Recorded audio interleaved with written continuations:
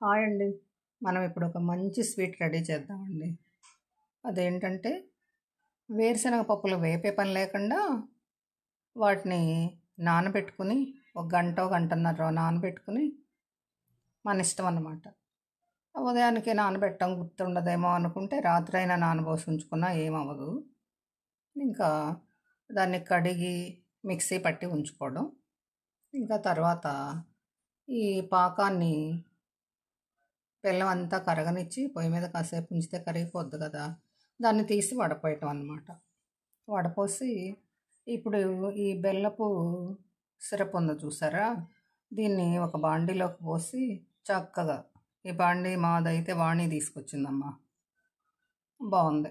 ఇదేంటంటే non stick. నేనేమో అన్నిటికీ వాడిన కానీ ఇలా కొంచెం అడుగంటుతాయేమో అని భయమేసిన వాటి వరకు వాడుతుంటాను. వాణి మెనీ మెనీ థ్యాంక్స్ అమ్మా ఇది తీసుకొచ్చినందుకు. అయితే ఇంకా దీన్ని ఈ పాకంలో వేసేసి ఆ మిక్సీకి వేసిన దాన్ని ఇలా ఇలా కలియదిప్పుతూ ఉండాలన్నమాట.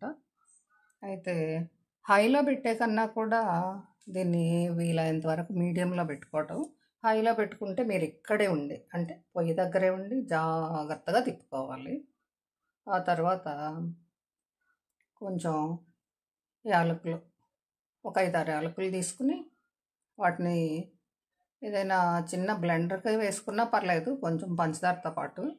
కానీ ఆ తొక్కులు తోళ్ళు తగులుతుంటాయని నేనేం చేస్తానంటే కొంచెం ఈ రోట్లో వేసి గిరా గిరా గిరా తిప్పేస్తాను. ఆ తొక్కులు తీసి అవతల పడేయడం అంటే అవకాశం ఉంటే టీలో వేసుకోండి మీరైతే.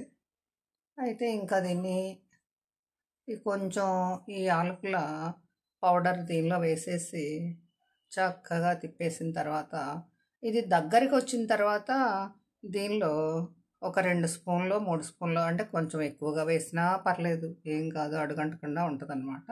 అలా అని బాగా ఎక్కువేం పట్టదు, ఒక అరగిద్ద నెయ్యి దాకా పట్టవచ్చు.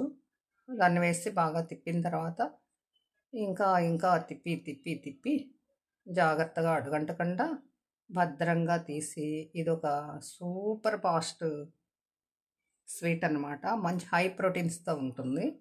ఇది కొంచెం తిన్నా కానీ ఓపిక, కొంచెం నీరసంగా ఉన్నప్పుడు షుగర్ పేషెంట్స్కి కూడా పనికి వస్తుంది. అది దీనికి ఉన్న విశేషం.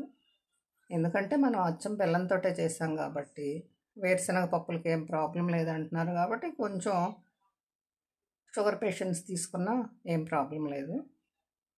చూడండి ఈ స్వీట్ ఎలా ఉందో చూసి చేసి చెప్పండి నాకు, ఓకేనా?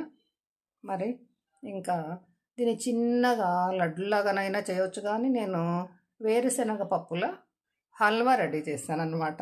అంతే. నా ఉద్దేశం ఏంటంటే అది అంత బాగా వచ్చినా రాకపోయినా దీన్ని లడ్డుగా అయినా చేయొచ్చు, ఇలా కేక్గా అయినా కోయొచ్చు అని అలా పోసాను. శాంతంగా అయిపోయేదాకా ఉంచలేదు. తర్వాత అయితే దీన్ని కొంచెం లడ్లుగానే రెడీ చేశాను. చూడండి ఎలా ఉందో, మీరందరూ చేసి చూడండి ఫ్రెండ్స్, ఓకేనా? బాయ్. ఇంకా వేరుశనగ పప్పులు వేపే పని లేదు, అది దీని విశేషం. నానబెడితే చాలు, అది దీని ప్రాముఖ్యత.